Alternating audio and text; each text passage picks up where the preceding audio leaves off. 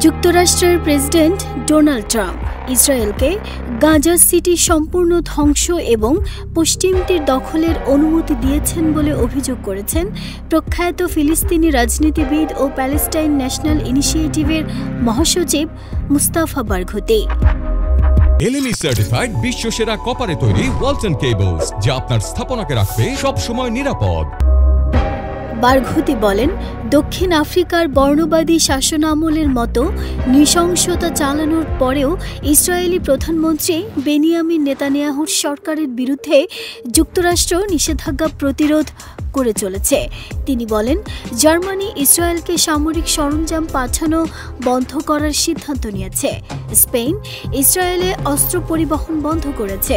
Norway Israel থেকে বিনিয়োগ প্রত্যাহার করেছে। সবকিছুর পরিবর্তন আমরা দেখতে শুরু করেছি, কিন্তু এটাই যথেষ্ট নয়। আমাদের দরকার দক্ষিণ আফ্রিকার বর্ণবাদী শাসনের বিরুদ্ধে যেমন নিষেধাজ্ঞা দেওয়া হয়েছিল, ইসরায়েলকে তেমনই প্রকৃত নিষেধাজ্ঞা দিতে হবে। ইসরায়েল যে অপরাধগুলো করছে তা দক্ষিণ আফ্রিকার চেয়েও অনেক বেশি গুরুতর এবং ভয়াবহ। বারঘুতি আরও বলেন, বিশ্বের প্রতিটি দেশ ও নাগরিক সমাজকে এখনই ইসরায়েল সরকারের ওপর চাপ সৃষ্টি করতে হবে। তাদের এই নৃশংসতা বন্ধ করতে বাধ্য করতে হবে। তিনি অভিযোগ করে আরও বলেন, ডোনাল্ড ট্রাম্প গাজায় শান্তি চান না। এমনকি ট্রাম্পের বিশেষ দূত স্টিভ উইটকফ যুদ্ধবিরতি আলোচনাকে দুর্বল করার চেষ্টা করছেন।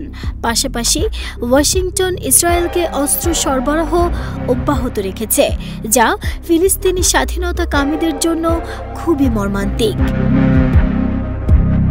বারঘুতি বলেন, ডোনাল্ড ট্রাম্প তার দ্বিতীয় মেয়াদে ক্ষমতায় আসার পর কখনো ফিলিস্তিনি রাষ্ট্র শব্দটি উচ্চারণ করেননি।